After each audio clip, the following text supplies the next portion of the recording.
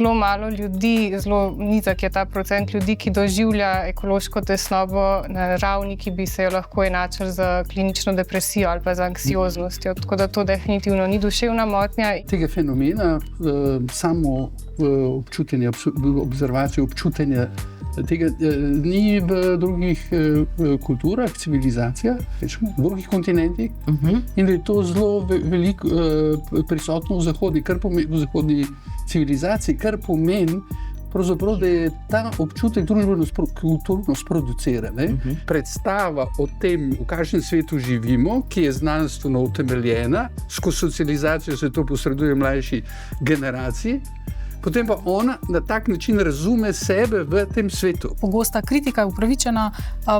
Nekaj let nazaj družbe bila do psihologov, da je velika nevarnost, da bi se ta pojav preveč patologiziralo, individualiziralo, trivializiralo. Zdaj pa se vedno več prav psihologov in takih ljudi, ki sicer delajo na individualni ravni, že od začetka ukvarja s tem kot družbenim problemom in kot problemom, ki ne sme ostati na ravni posameznika.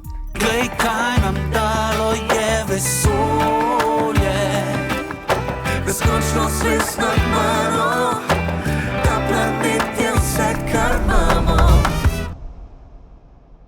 Ekološka tesnoba, podnebna tesnoba, ekotesnoba. Vsi ti izrazi označujejo povečanje zaskrbljenosti zaradi podnebnih razmer.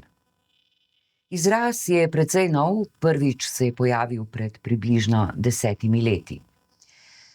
Ali gre za duševno motnjo, ki bi jo bilo potrebno zdraviti? Ali gre za normalen odziv na podnebno krizo? Zaradi podnebnih sprememb je ljudi strah za lastno prihodnost in morda še bolj za prihodnost otrok in bodočih generacij.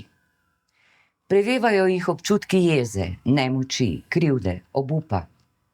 Kako se kažejo ta občutja, kako pogosta so, kako jih prepoznavamo in kako se z njimi spopadamo? O tem bomo spregovorili v tokratni epizodi podcasta Samo en planet. Z nami sta dve gosti in en gost, ki se s fenomenom podnebne tesnobe poglobljeno ukvarjajo. Z nami so diplomirana filozofinja Ana Hafner, asistentka Mineja Rutar z Filozofske fakultete Univerze v Mariboru in dr. Andrej Lukšič, izredni profesor na Fakulteti za družbene vede Univerze v Ljubljani. Lepo pozdravljeni, dobrodošli, hvala za povabilo. Hvala. Jaz bi na začetku razjasnila mogoče samo to terminologijo oziroma samo en pojem, namreč, da tudi že na začetku ljudem odvzamemo malo strahu in bojazni. Ne? Ko govorimo o ekološki tesnobi, ne govorimo o duševni bolezni. Ne? Govorimo o povečani skrbi, zaskrbljenosti zaradi tega, kar se dogaja v okolju. Je to res? Lahko ljudi potolažimo, da ni z njimi nič zares narobe, če to tesnobo občutijo? Psihiatre za te stvari še nimamo, ne? No, to je odličen odgovor. To pomeni ne. Ne gre za psihično bolezen, ne? Ne gre za neko individualno motnjo. Tudi, kot ste omenila, gre za izraz, ki se je začel pojavljati šele v zadnjih 10-20 letih in se ga tudi obravnava znotraj zelo različnih disciplin, tako da nima niti neke enoznačne definicije. Nekateri pravijo, da gre za nek splošen strah pred okoljsko pogubo, ampak mogoče malo bolj preprosto gre za neke občutke skrbi, brezsmiselnosti, otopelosti, bolj za neke kronične občutke, ne za nek strah pred nekim enkratnim, okoljskim dogodkom ali pa neko katastrofo. Obstaja pa potem zanimivo tudi še ogromno nekih drugih okoljskih občutij, govori se o okoljski jezi, depresiji, krivdi, kar nam vse daje vedeti, da to v bistvu ni nek fenomen, ki bi ga meni, če se malo ujamem, se mi zdi, da ko govorimo o podnebnih spremembah ali pa o trajnostnem razvoju, velikokrat zapadamo v ta zelo racionalen pristop o nekih tehničnih rešitvah, o nekih merljivih ciljih, potem pa to subjektivno komponento spregledamo, ki pa zelo pomembno vpliva na to, kako ljudje razumejo te probleme in kako se na njih odzivajo. Tako da to definitivno ni patologija, gre za nek normalen, racionalen, razumski, popolnoma upravičen odziv na to, da se mi zavedamo dejanske grožnje podnebnih posledic. In v bistvu tudi zelo malo ljudi, zelo nizek je ta procent ljudi, ki doživlja ekološko tesnobo na ravni, ki bi se jo lahko enačili za klinično depresijo ali pa za anksioznostjo. Tako da to definitivno ni duševna motnja in se bi jo bilo škoda samo obravnavati kot neko patologijo. Točno to, kar je Ana rekla, tudi v literaturi pa v zmerskimi instrumenti razlikujemo med podnebnimi skrbmi, zaskrbljenostjo, in pa, ki jo izraža zelo veliko ljudi, in pa podnebno anksioznostjo oziroma vprašalniki za podnebno anksioznost, ki se lahko bolj ali pa manj dotika nekih kliničnih kriterijev. Tako da samo sem želela dodati, da je ta distinkcija zelo uveljavljena. Moram biti bil dodati še tole, da tega fenomena samo občutenja, observacije, občutenja tega ni v drugih kulturah, civilizacijah, rečemo, v drugih kontinentih, in da je to zelo veliko prisotno v zahodni civilizaciji, kar pomeni, pravzaprav, da je ta občutek družbeno-kulturno sproduciran. Da to, kar mi doživljamo kot stisko, jaz ga razumem kot na nek način notranji konflikt in izražanje nemoči, ki pa je rezultat socializacije ljudi, ki so šli skozi šolski sistem, znanost, ki producira neko predstavo o okoljskih težavah, ki so realne. Ja? In ko se to predstavlja mladi generaciji, to ponotranji te trende, ki jih znanost prezentira, in to imate od Rimskega kluba prvega poročila v začetku 70-ih let. Tam osnovno sporočilo ljudem je, če bomo živeli na tak način, kot živimo, bo premalo hrane, bo premalo energije, preveč nas bo in tako naprej. In potem imate te trende, ki jih znanost spremlja, ja? In skozi učni proces se tudi sporoča mladim generacijam. Oni oblikujejo na osnovi tega notranji imaginarij, kjer je brezizhoden. Še posebej, če spremljajo iz dneva v dan, spremljajo, da se nič ne spremeni, da je vse isto in da se ta trend samo še nadaljuje,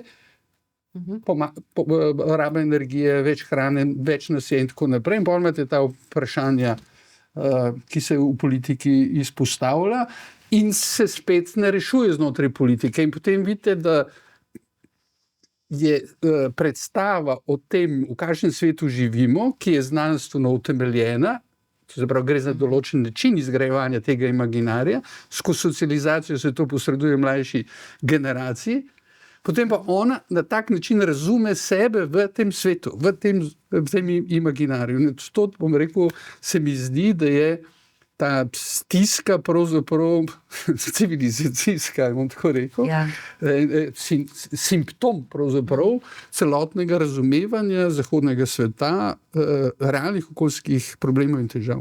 Se vam zdi, da bi mogoče drugačen način komunikacije, teh dejstev, za katera vsi vemo, da so nesporne, jih občutimo tudi na fizični, ne samo na psihološki ravni, če bi bil način komunikacije drugačen, bi bil odziv manj tesnoben? Ja, jaz bom rekel, ko se z Lučko Kajfež Bogataj v teh težavah pa v tem problemu pogovarjava, je moj odgovor točno tak, kot je reče.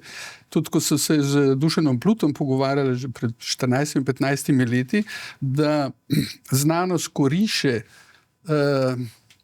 trende, ki vodijo v katastrofo, pravzaprav generira pogoje, znotraj katerih lahko posameznik, spet individualno, doživlja bolj ali manj intenzivno te notranje stiske, konflikte, nemoči in tako naprej. In to je, bom rekel, družbeno-kulturno sproduciran občutje, to hočem reči. Ne? In zdaj, kaj vse narediti za to, da do tega ne bi prišlo? Znanost pa spet odkriva, ko ugotavljate ta fenomen, to občutje, krivde in tako naprej, vidite, da je ta delež ljudi, ki doživljajo to tesnobo relativno velik, ne? Kar pomeni, da je bila, bom rekel, družba uspešna v tem produciranju pogojev. To je nenavadno, ne? Ko se pogovarjam, recimo, ko sem se pripravljala na ta naš pogovor in raziskovala to temo, ki mi ni bila prej prav dosti poznana, pač poznala sem ta termin, ampak nekaj dosti več od tega, sem se pogovarjala z različnimi ljudmi, ne? In recimo ljudje iz moje generacije, ne, tako, a si hecaš, kaj pa je to, no, kakšna neumnost. Potem sem se pa pogovarjala s svojim sinom, ki živi na severu in je rekel, da je ogromno mladih, recimo, ki pa to dejansko občutijo, se o tem pogovarjajo, to izražajo, ne. Ana, vi ste delali oziroma naredili nalogo, a ne, magistrsko na to temo, podnebne tesnobe, in ste tudi govorili z različnimi ljudmi iz različnih okolij, ki so vam opisali svoje doživljanje tega, ne? Jaz sem se v sklopu te naloge sicer pogovarjala bolj z strokovnjaki na področju trajnostnega razvoja, potem s filozofi, ampak definitivno so mladi, no, tudi ena izmed teh bolj ranljivih skupin za to, da občutijo občutke te ekološke tesnobe. Potem imamo znanstvenike, ki se dnevno ukvarjajo z temi temami, strokovnjake na področju trajnostnega razvoja, recimo, ki so že leta v tem, delajo na teh področjih, pa potem vidijo, da so spremembe zelo počasne. Pa seveda prebivalce držav, ki se pa že neposredno soočajo z posledicami podnebnih sprememb. Ampak ja, mogoče, če se tukaj na mlade navežem, kot ste izpostavila, gre tukaj za to najbolj očitno časovno perspektivo. V bistvu mlade generacije so tiste, ki bodo živele to prihodnost, ki izgleda zaenkrat nekoliko grozeča in nestabilna. Medtem ko se zdi, da oziroma sploh te najmlajše generacije odločitve za njih pa sprejemajo drugi, in je to občutje nemoči, tudi politične nemoči. Pa še ena specifika je tudi to razvojno obdobje mladih, ta pozna najstniška leta, zgodnja mladost, ko si v bistvu človek kreira svojo identiteto, svoje vrednote, neka prepričanja v svetu, in če si ti v tem obdobju konstantno bombardiran z nekimi negativnimi sporočili, z nekimi grozovitimi podobami, se ti potem seveda ustvari slika sveta, ki je nevaren in ne najbolj prijeten za... In neperspektiven. Neperspektiven, ja. Mineja, tudi vi se ukvarjate v zadnjem času še posebej kar podrobno s tem področjem, a ne? Kakšna so vaša opažanja in kaj recimo s tem projektom, katerega del ste, želite doseči, kakšni so vaši cilji? Ja, glavni cilj je v bistvu ravno to, naslavljati pa predstaviti javnosti tudi ta problem, ta pojav, kot pojav, ki ga je tako zelo lahko tricky naslavljati, zaradi tega, ker intervencije, ki jih poskušamo razvijati na individualni ravni, da bi pomagale recimo blažiti tesnobo, so pogosto ravno tiste, ki bi lahko ljudi bolj pasivizirale, in seveda tega ne želimo. Zato je v bistvu ta projekt nastal na predpostavki, da želimo razviti neke intervencije, tukaj bojo to neke digitalno podprte intervencije, ki jih še razvijamo, ki bi lahko pomagale naslavljati ekološko tesnobo, podnebno anksioznost, kakorkoli to imenujemo, na nek psihoedukativen način, na način, ki bi pomagal posameznikom, ki bi naslavljal njihove čustvene stiske, ampak hkrati vedno istočasno jih ne pasiviziral, ne poskušal vlivati nekega mogoče nerealističnega upanja ali pa ljudi delati celo, ne vem, jim vzbujati neko prepričanje, da to pa niso take težave in da samo oni pretiravajo, torej ravno, da vsega tega ne bi počeli in da bi naslavljali individualne potrebe hkrati z nekimi širšimi družbenimi skupnostmi, da bi spodbujali neko kolektivno akcijo v zvezi s tem. Ravno zaradi tega, ker je v bistvu pogosta kritika upravičena nekaj let nazaj družbe bila do psihologov, da je velika nevarnost, da bi se ta pojav preveč patologiziralo, individualiziralo, trivializiralo. Zdaj pa se vedno več prav psihologov in takih ljudi, ki sicer delajo na individualni ravni, že od začetka ukvarja s tem kot družbenim problemom in kot problemom, ki ne sme ostati na ravni posameznika. To je odličen poudarek, ravno eno od mojih vprašanj se je nanašalo tudi na to, kako nevarno je to prenašanje neke družbene odgovornosti, da ne rečem krivde, na posameznika, še posebej na mladega posameznika, ker to je absolutno pretežko, preveliko breme za nekoga, ki je sam v tem svetu, sam pod narekovaji. Se pravi, če se to na neki skupnostni ravni naslavlja, potem je tudi tistim, ki se soočajo s to tesnobo, lahko veliko lažje, ker so del neke skupnosti, in skupaj iščejo rešitve. Absolutno, ja, in prav raziskave specifično kažejo, da je priključitev nekim kolektivnim akcijam in skupnostnim intervencijam veliko bolj učinkovita za zmanjševanje individualnih nekih oblik tesnobe in čustvenih težav, kot pa individualno aktiviranje. Torej celo med posamezniki, ki se aktivirajo, bojo veliko manj stiske čutili tisti, ki so se vključili v neko skupnostno akcijo, zato ker se paradoksno včasih se pri tistih, ki so se aktivirali sicer, lahko celo tesnobo poveča, zato ker dobijo večji občutek nemoči, ko so naenkrat soočeni recimo neko tako bolj individualno akcijo, pa so bolj soočeni z občutkom, da v bistvu so nemočni. Zdaj, govorimo v sedanjiku, govorimo o našem času. Eksistencialne stiske so del človeka skozi vso njegovo zgodovino. Dobro, ne vem zdaj, če v prazgodovini so obstajale, verjetno ja, ampak na nek drug način, ampak skozi recimo filozofsko misel, in sociološko in psihološko misel, lahko pa vemo, da to ni nekaj novega. Celo smeri v filozofiji obstajajo, ogromno literature je napisane na to temo eksistencialnih stisk, da v poeziji niti ne govorim. Skratka, to je nekaj, s čimer se mora vsak človek slej ko prej v svojem življenju naučiti živeti, da se te stiske pojavljajo. Zdaj, ali so vedno v vsakem primeru družbeno pogojene? Kaj vi mislite? Ali je lahko pač nekdo sam po sebi se rodi po vas prestrašen in v strahotni stiski? Jaz bi se mogoče tukaj na Andreja navezala, ki je prej govoril o tej zahodni mentaliteti, da mi imamo to idejo, ki je bila zgrajena in na podlagi religije in na podlagi znanstvenega diskurza, da smo hkrati ljudje nek gospodar nad naravo, po drugi strani se pa tudi zdaj ta odgovornost za ta odnos do narave pripisuje vsakmu posamezniku. In se mi zdi, da je to ta sistemska napaka, ki jo ne naslavljamo, ko govorimo samo o, kot smo prej že, da je to nek individualen problem.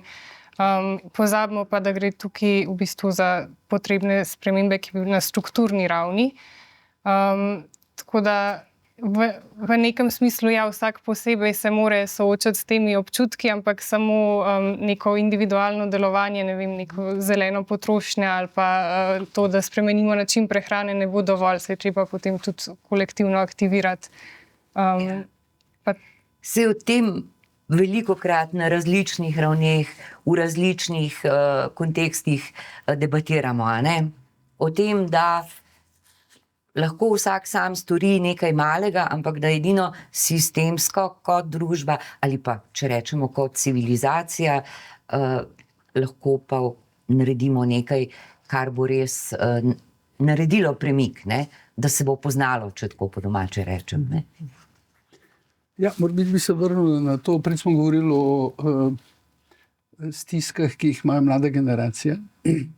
Morbiti bi kakšno besedo rekel tudi o moji generaciji.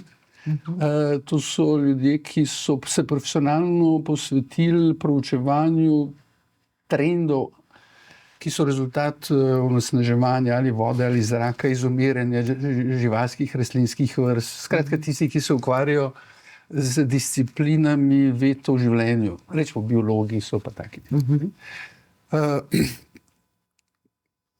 Ti ljudje so se cel življenje izgrajevali predstavo znotraj discipline, da je človeštvo, ali pa človeška družba tista, ki povzroča te stvari. Ja?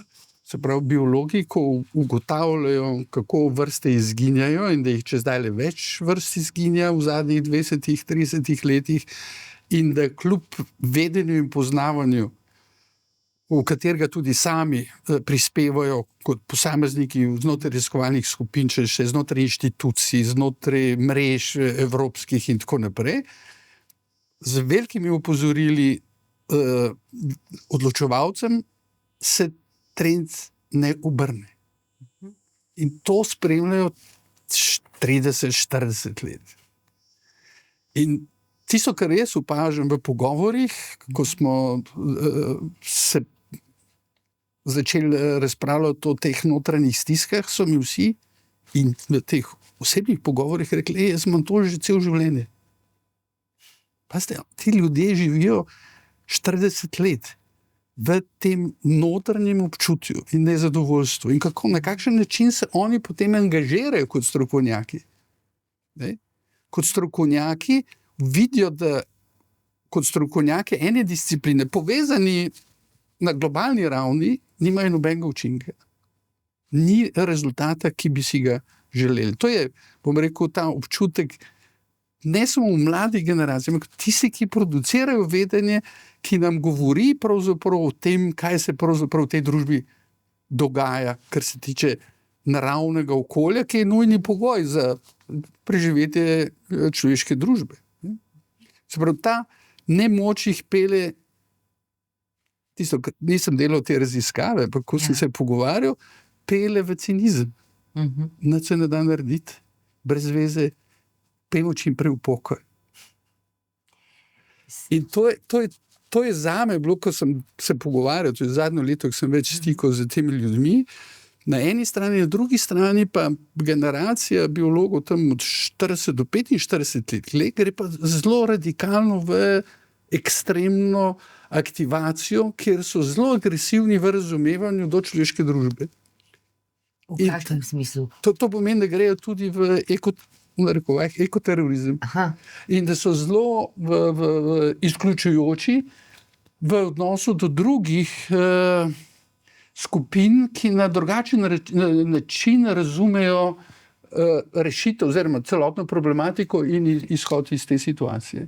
So zelo agresivni tudi do tistih, ki so pravzaprav potencialno njihovi zavezniki. Ne? Potencialno v tem smislu, da se tudi oni angažirajo in hočejo spremeniti obstoječe sistemske pogoje ali pa kaj takega. Tako da imamo na nek način, če kontrastiramo, rekel, mlajšo generacijo, ki, bom rekel, še ne ve, pa je konzument vedenja, ki ga starejša generacija producira in je posredovana skozi učne predmete v osnovni šoli, srednji šoli in pa pol tudi na fakultetah.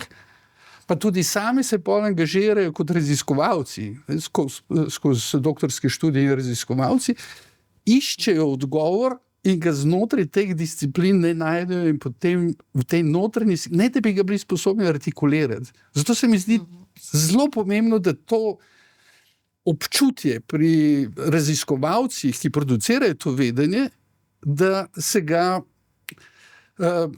odpre prostor, da se ga lahko izrazi, da se ga lahko pove. Zato se mi zdi, da je ta tematika, ta pogovor v okviru tega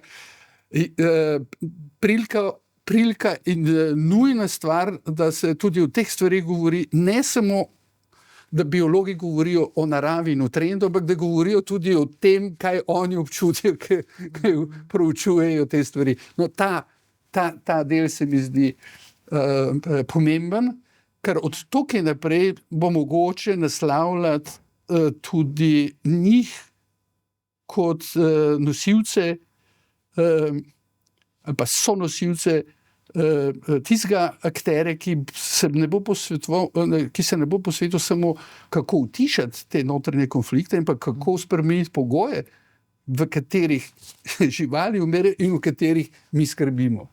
Ne? Mi smo vpeti v ta družbena razmerja, ki jih bo treba, rekel, naslavljati na obeh dveh točkah. No?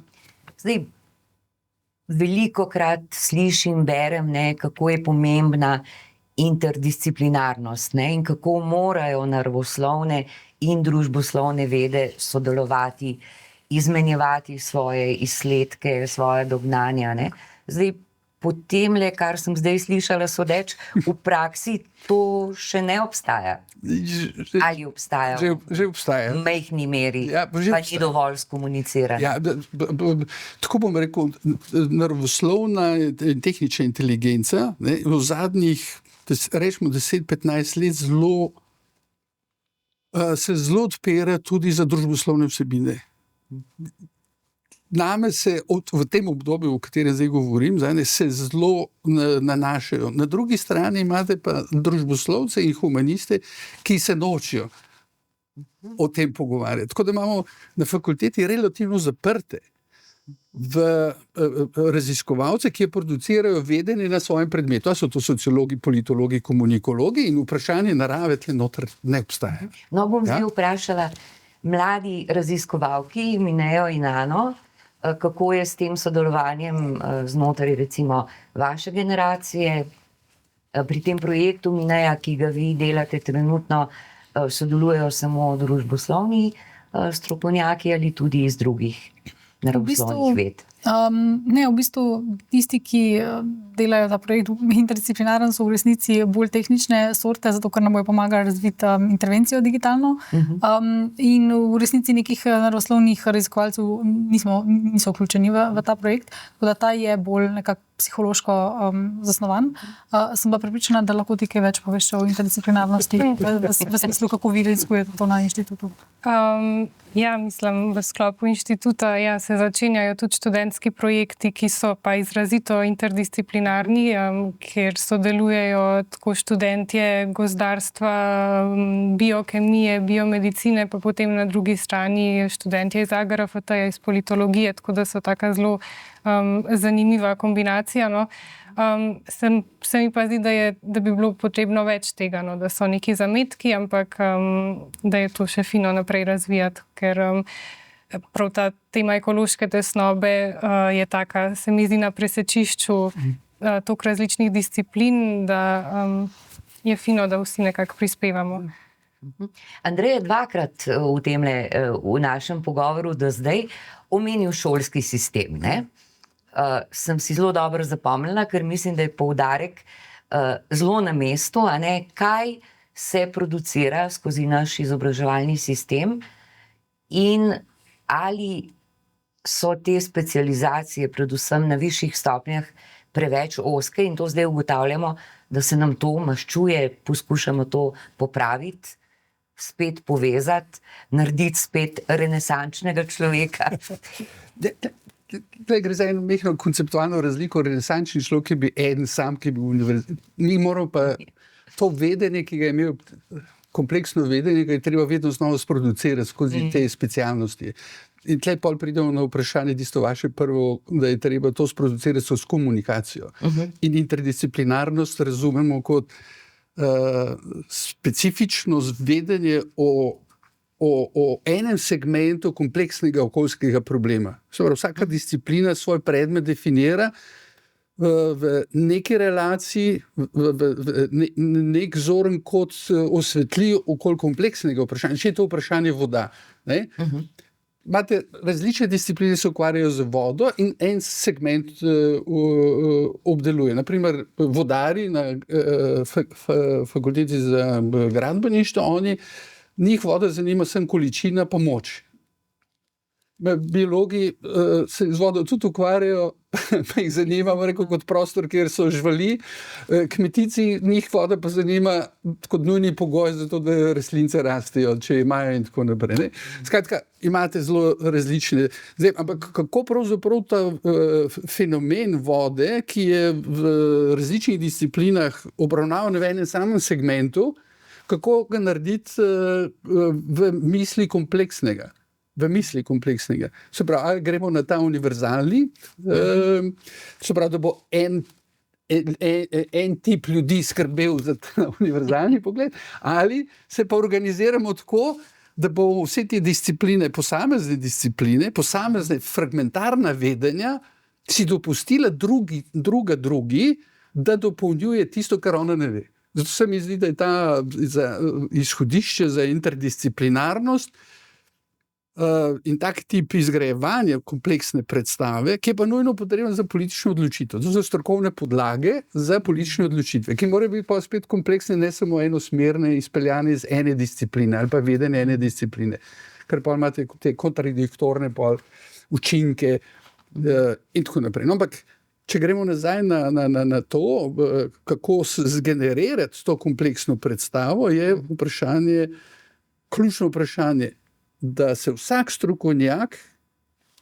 vrhunsko razvit metodološko, teoretsko, ki generira vedenje v enem mehnem segmentu, zaveda, da je strokovnjak samo za tiste in nič več. Kar pomeni, da mora vedeti, kva ve in da mora vedeti, česa ne ve. In da mora biti pripravljen poslušati drugega strokovnjaka, ki ima ravno tako segmentirano vedenje, ne, zato, da mu bil pripravljen poslušati. To se pravi, ključno za interdisciplinarnost tazga tipa je pravzaprav odprtost in samozavest o tem, da prizna dve stvari. Prvič, da pove, da ve, kva ve in da hkrati ve, kva ne ve. In da je takrat pripravljen pogumno poslušati. In tle se mi zdi, da je mogoče graditi. Jaz se študentskimi študenti delam od leta 2016 te interdisciplinarne študentske projekte, ki niso samo projekti znotraj družboslovja, se pravi, ki imate različne discipline, ampak imam noter in humaniste, in imam naravoslovce, in imam tudi tehnike. To je 9 ljudi, 4 profesori, 90 študentov, kjer se ukvarjamo z enim konkretnim vprašanjem, ki ga je treba teoretsko osvetliti, ki ga je treba praktično osvetliti, ki ga je treba raziskati in predlagati po rešitve.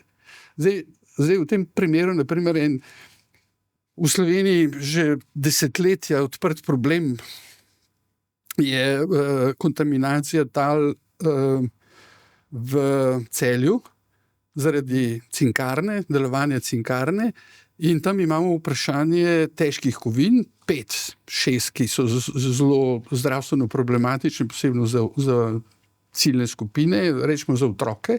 In zdaj se okoli teh izobraževalnih ustanov plast zemlje odkopava, se daje novo not in se pele, bom rekel, na rob, nekamo na rob civilizacije, rečemo. Tam še zmeraj je, gre sem za lokacijo. In tam še zmeraj je in ne znamo. No, mi se zdaj ukvarjamo, zdaj mislim, da je zdaj že četrta generacija teh študentskih projektov, se ukvarjamo, kako nevtralizirati težke kovine tam, kjer je, z glivem in z drevesi. In smo prišli do identificiranja točk v Celju, to je občina že naredila, kje so koncentrirane katere težke kovine, katere glive so sposobne nevtralizirati katere težke kovine, katere drevesa so primerna, da te glive v mikorizi spremljajo v globino, kar pomeni, bom rekel, da gre za biotehnologijo, ki nevtralizira za zdravje problematičnih težkih kovin, ki je rezultat industrijske dediščine. In tle noter imamo biologe, imamo gozdarje, imamo mikologe, imamo politologe, geografe, vse smo to imeli. Skratka, zelo različne stvari imamo odprte. Tako da moj odgovor je ta, z mladimi ljudmi, ki še niso obremenjeni za svojo disciplino, so pa hkrati pripravljeni reševati aktualno vprašanje, s katero se skupnost ukvarja in do zdaj ni našla rešitve. Ja? S temi se splača delati in ko pridemo na srečanje enkrat na mesec, ko študenti različnih disciplin odgovorijo na eno od teh vprašanj, ko drugega učimo, to morate videti te oči. To je nekaj najlepšega. To pomeni, da potem vendarle vlada še neka doza optimizma tudi med mladimi. Ne? A je mogoče problem širša javnost, mislim, da ni, ne? Seznanjena zdaj seveda, vi ste zdaj govoril o pač znotraj nekih strokovne javnosti, a ne, znotraj univerze, in sliši se krasno, a ne, se pravi fakultete se med sabo povezujejo z različnih področji. Kje je potem ta most, ki bi pripeljal lahko te informacije v širšo javnost, kar bi na nek način tudi lahko pripomoglo k enemu vsaj minimalnemu dvigu optimizma, da vendarle lahko so neke rešitve, da jih iščemo, da se mnogo ljudi s tem ukvarja, skratka, da ljudje niso prepuščeni na milost in nemilost temu, kar se bo pač zgodilo, ker se mora, ne? Ja, tukaj se mi zdi, da še kar vlada, sploh ko se nagovarja javnost prek medijev ali pa prek strokovnjakov, da še kar vlada nek mit o informacijskem deficitu. Torej, da če se bo ljudi zalagali za dovolj podatki, za dovolj številkami, grafi, nekimi znanstvenimi izsledki, da to bo že dovolj, da se dejansko spremeni vedenje, kar je, kot sem rekla, mit. Ja, to je dejansko. Tukaj govorimo v eni vseeno malo bolj subjektivni razsežnosti, kako mi dojemamo to, vseeno se okoljske spremembe tičejo vseh možnih vidikov našega življenja, ne, od tega, kako razmišljamo o prihodnosti, do, ne vem, pri mladih vprašanja starševstva, do zdravja, ne vem, migracij. In govoriti o tem samo strogo znanstveno ponavadi pri ljudeh povzroča odpor, neko blokado. Tiste, ki tema že zanima, jih to ne nagovori, ker imajo že neke podatke, imajo že neko sliko. Tako da potem se velikrat to izpelje v neko tako čudno pot, ali ljudje zaidejo v neke teorije zarote ali pa malo bolj blago v zanikanje problema, ali pa po drugi strani potem v nek naiven optimizem, češ se bo tehnologija razvijala, bojo že avtoritete rešile. Tako da meni se zdi, da je tukaj zelo pomemben način, kako se komunicira o tem in da bi bilo tukaj veliko za spremeniti. Ja, obstaja komunikacijski šum, očitno, ne? Ja, hkrati pa že dolgo vemo, ja, da več informacij precej hitro neha biti učinkovito, zato da bi ljudje spremenili svoje vedenje. Pa tako kot smo rekli, zato ker v bistvu ne gre za tak nek individualni pojav, ki bi ga želeli samo na ravni prookoljskega vedenja posameznika spreminjati. Sem pa še to želela dodati, da v bistvu, ko ste omenjali upanje, ravno ena raziskava je pokazala, da je upanje manjši prediktor prookoljskega vedenja pa nekega okoljskega aktivizma in angažiranosti, kot pa jeza. In je pa tako zanimivo, zaradi tega, ker ta jeza je pa spet ima tak nelinearen učinek. V neki meri deluje in spodbuja ljudi k vedenju, od neke točke naprej pa spodbuja cinizem pa pasivizacijo. In recimo zaznana neodzivnost vlade, zaznana vladna neodzivnost je tisti dejavnik, ki pa potem ljudi pogosto vodi k temu, da so v bistvu, da se počutijo nemočno, obupano in vržejo puško v koruzo, ker se jim zdi, da tako ljudje, ki so na položajih moči, ki imajo možnost in odgovornost, da bi vplivali na te zadeve, ne naredijo ničesar ali pa ne naredijo dovolj in se potem lahko ljudje umaknejo. Tako da je ena taka mera različnih čustev potrebna za to, da se ljudje aktivirajo. Še nekaj se mi zdi pomembno v tem procesu in v tem odnosu do okolja in to razmerje med svobodo in odgovornostjo, ne? Se pravi individualno svobodo na eni strani kot nekaj, česar si ne dovolimo in ne pustimo vzeti, ne? Kar je seveda prav, ne? In odgovornostjo na drugi strani. Ne? Zdaj, če govorimo o svobodi, je ta individualna, ne? Recimo pač kolektivno trenutno živimo še v svobodni državi. Na družbeni ravni, ne, je pa včasih ta odgovornost mogoče malo zabrisana. Ne? In se mi zdi, pa boste vi povedali, ko se s tem ukvarjate, ne, da je morda tudi ta cinizem izhaja iz tega, ker je ta razkorak med odgovornostjo, ki se prelaga name, nate, na kogarkoli, ne, in odgovornostjo, za katero bi morali poskrbeti kot družba, družba s sistemi družbenimi, prevelik. Ne? Vse se prelaga, ne? Ti moraš to in to in to, kar je v redu. Ampak če ti ne vidiš na drugi strani nekih večjih rezultatov, pa lahko pride do frustracije in potem cinizma, ne bom recikliral, ker nima smisla. Zdaj pričakujete politološko intervencijo, kar pomeni odgovor na to. Kakršnokoli. Ja, zaradi tega. Ja, okej, bom jaz probal. Ker tle imamo to vprašanje, ne, ali sistem, ali posameznik. Ja. Vse, v principu gre vse skozi posameznika. Ne? Tisto, kar je, da so ti posamezniki vključeni v določene skupnostno izgrajene sisteme moči. To se pravi, da imamo v skupnosti odločila, da se bo organizirala na način države, na način gospodarstva, tako kot še in to, bom rekel, pravno regulira. Najprej preko ustave, pa preko zakonov. Zakoni so tukaj v principu zato, da postavljajo meje za ravnanje posameznikov, ko vstopajo v zadovoljevanje skupnostnih potreb. Rečemo, da nekdo posameznik se odloči, da bo vstopil v politiko preko parlamentarne procedure, skratka volitev, stranke, pride v parlament, tam sprejema zakonodaje, gre lahko izvršno vejo oblasti. Skratka, vse posod imamo opravka s posamezniki. Ampak ti posamezniki, njihova moč je odvisna od pozicije, ki jo zasedajo v tem sistemu. Predsednik vlade ima popolnoma drugačno moč, sistemsko moč, kot jo ima nekdo, ta isti predsednik vlade, pred njim je postal predsednik vlade. Ja? Imate istega človeka. Ampak ima, bom rekel, njegova odločitev ali njegovo mnenje, njegova predstava, kako reši družbo, ko govori ta isti človek za šankom, isti stavek, ko ga pove kot predsednik vlade, ima popolnoma drugačen učinek. Se pravi, mi imamo, bom rekel, zgenerirane pozicije moči, sistemske pozicije moči, ki jih zasedajo posamezniki in tukaj je, bom rekel, vezana ta odgovornost posameznika, da se zave, kaj pomeni povedati, bom rekel, en stavek, eno stališče za šankom in drugič kot predstavnik ali sekretar ali šef stranke in tako naprej.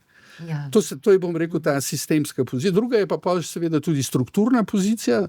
Ne, če ste vi lastniki nekega podjetja, pa rečete, davki so preveliki, ali pa če ste delavec, pa rečete, davki so preveliki, vidite, da ima strukturno moč ta izjava tega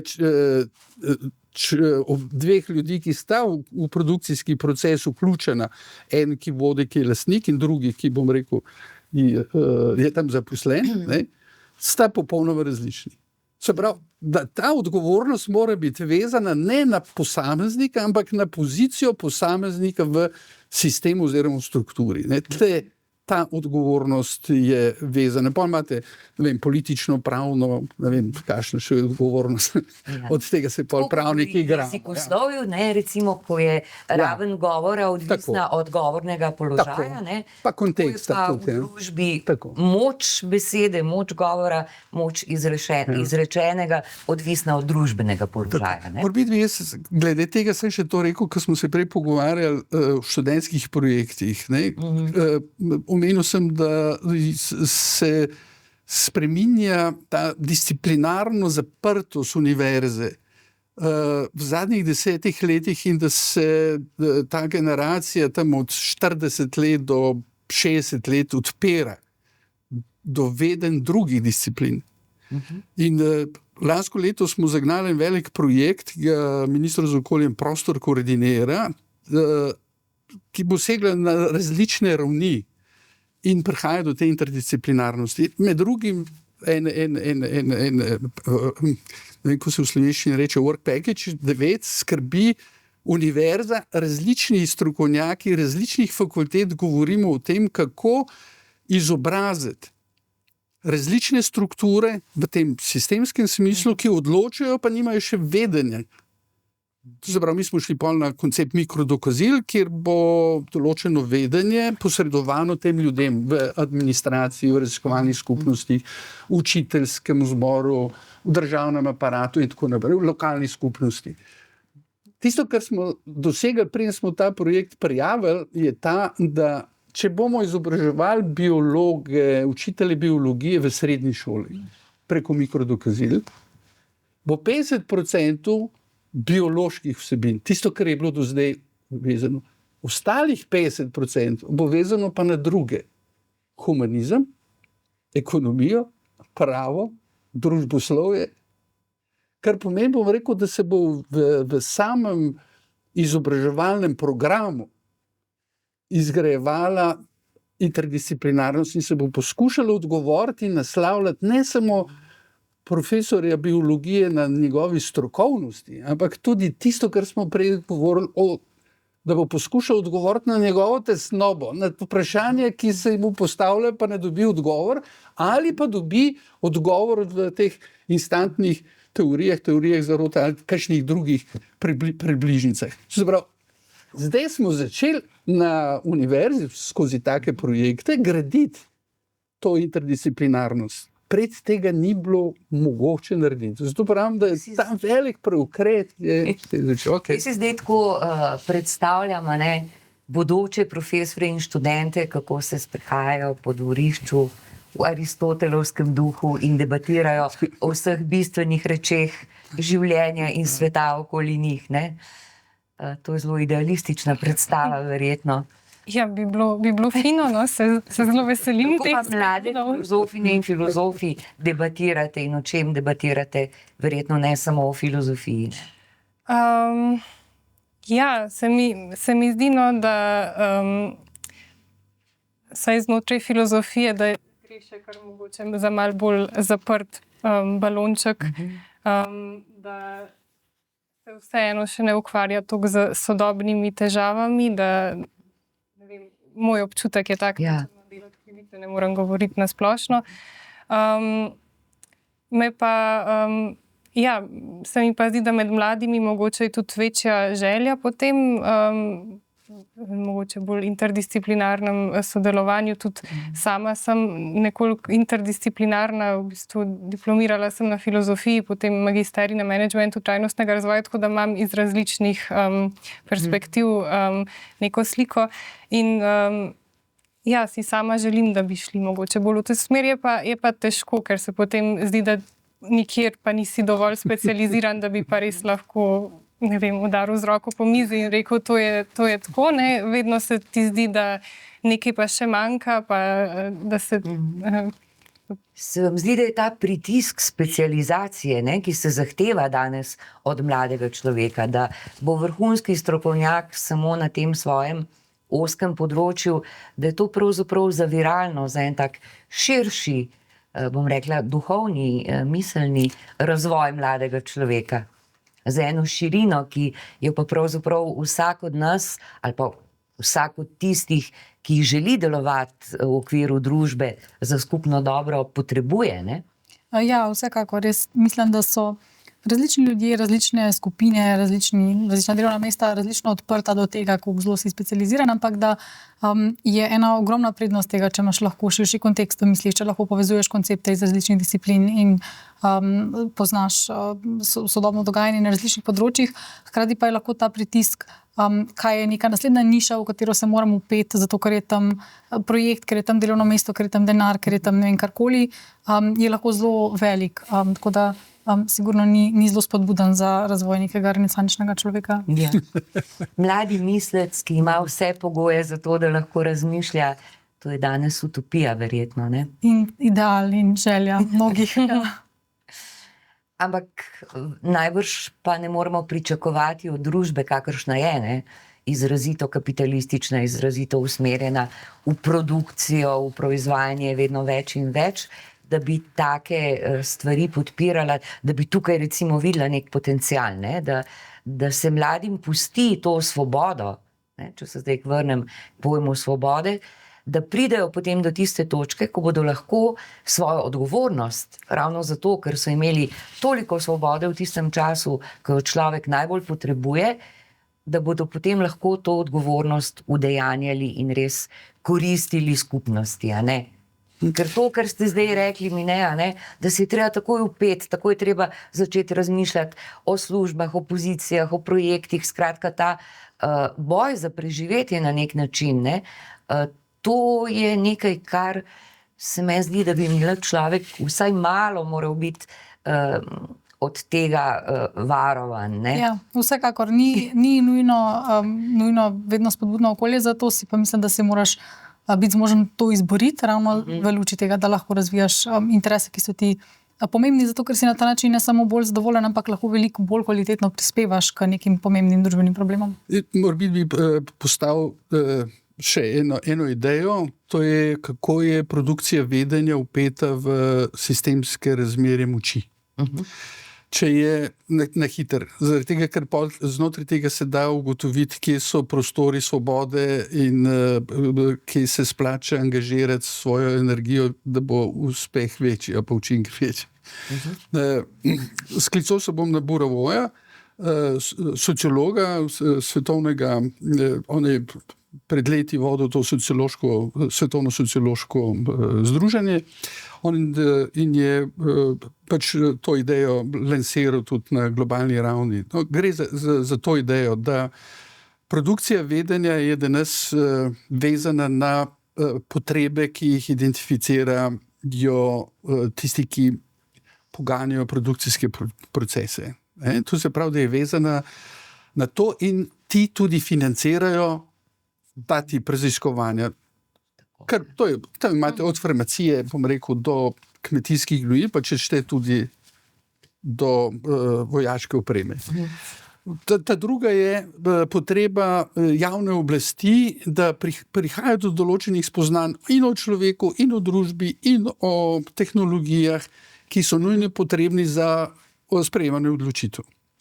Ta tretja je potreba po vedenju, ki se nanaša na vedenje samo. To se pravi na produkcijo teorij, na produkcijo metodologije kot osnove za produkcijo novega vedenja v vseh disciplinah.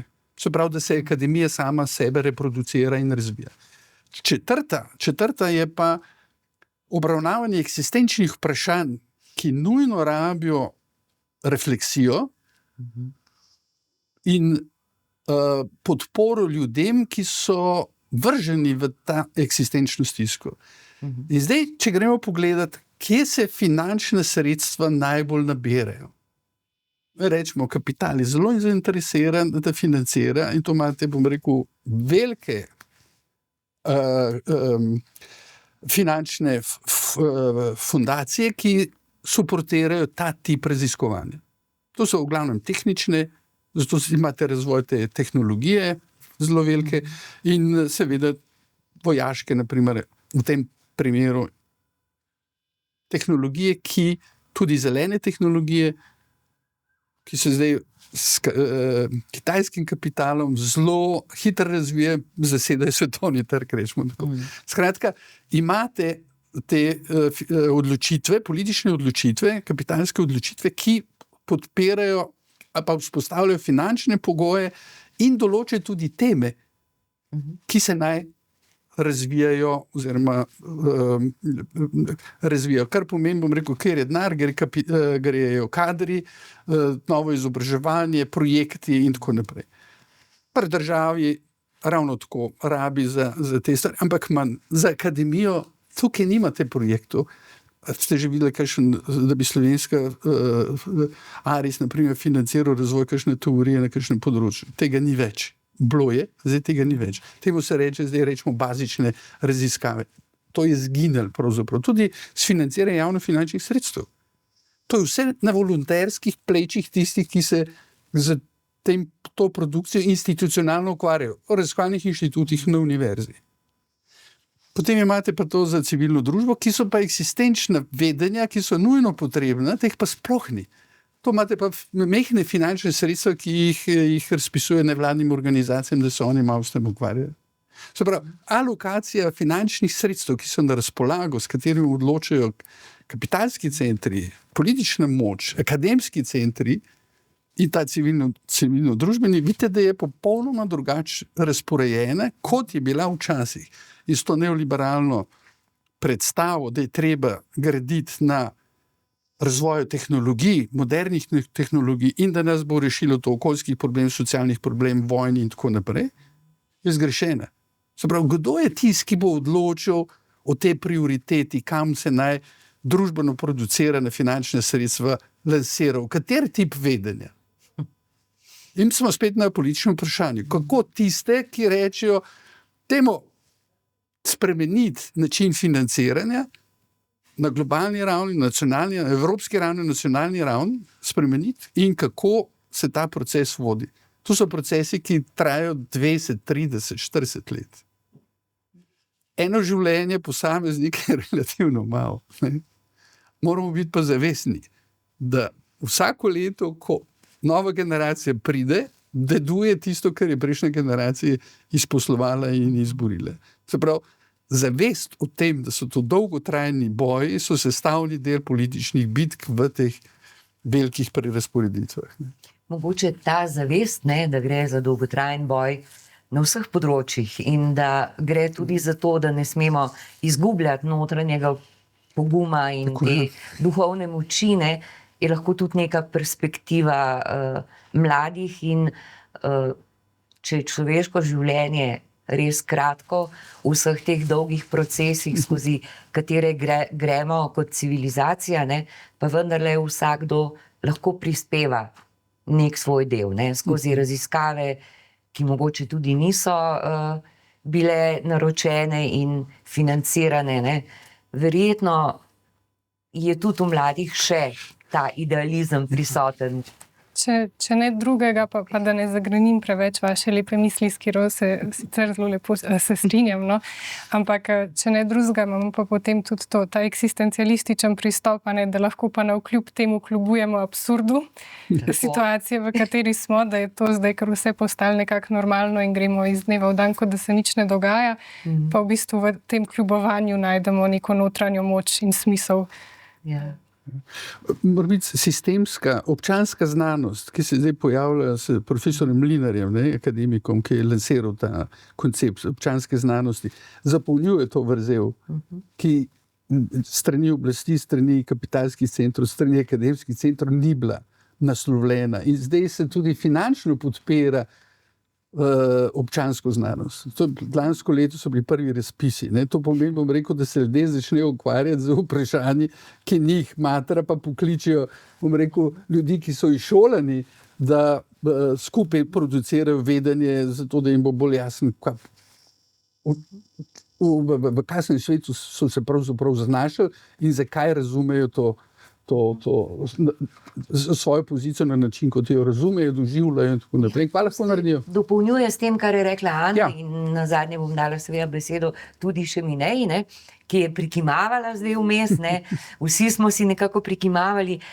Ta vzgib od spodaj navzgor, ne, da se težave rešujejo v neki lokalni skupnosti. Nedavno smo se pogovarjali tudi v podcastu o energetskih skupnostih, a ne, tukaj gre za manjše skupine ljudi, ki si med sabo pomagajo, posredujejo vedenje, pomagajo tudi v materialnem smislu in seveda si nudijo tudi podporo, moralno, duhovno, intelektualno, kakorkoli že, ne. Mogoče tukaj lahko najdemo kaj poti ven iz te tesnobe, bodisi ekološke ali pa splošne eksistenčne krize. A ne? Ja, mogoče ravno na teh dveh področjih, na ta dva načina, ki ste jo omenjali, mislim, da ta in eksistencialni vidik in kolektivni, skupnostni, družbeni sta ključna in to, da, kar je Ana omenila, da se mi zdi, da je srž tudi soočanje s podnebno anksioznostjo, zmožnost nekako se spopada tudi s tistimi skrbmi, ki ne bojo izginili ali pa ki so popolnoma realistične v okviru enih širših eksistencialnih skrbi. Hvala lepa vsem trem za zanimiv pogovor in mislim, da smo pregnali malo tesnobe. Vsaj želim si, da smo jo in dali komu kaj misliti. Ja, iz mojega stališča je že ta pogovor bil res tesnobljen. Ja, res najlepša hvala, da ste Hvala za povabilo, za to temo. pa da ste to temo sploh odprli. Hvala.